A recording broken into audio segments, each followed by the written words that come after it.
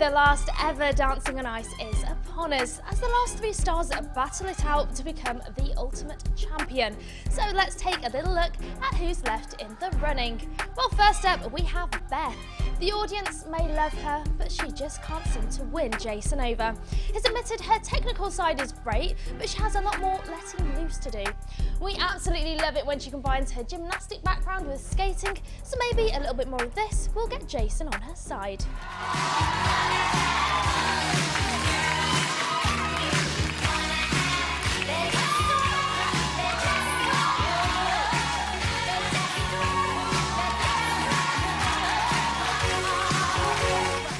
Next up, we have Hayley. She's given us some fabulous routines, both fast and slow-paced. She seems to take on a brand new character in each performance, which we love to watch, but nothing beats her absolutely stunning flying routine last week, which brought Karen to tears.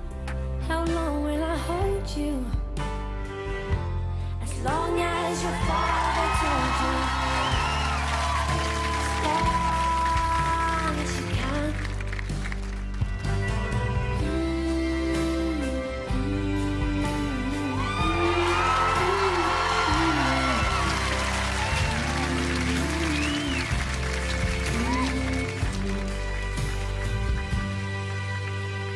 Well, if there's more where that came from, we'd say she's the winner. But then there's Ray, who's definitely not going down without a fight. He's really impressed us from day one, although last week was a bit of a shocker when he was left in the skate-off. While his vastly sexed-up routine a few weeks back gained him a lot of praise from the judges, so maybe that's what it will take for him to be crowned the ultimate winner.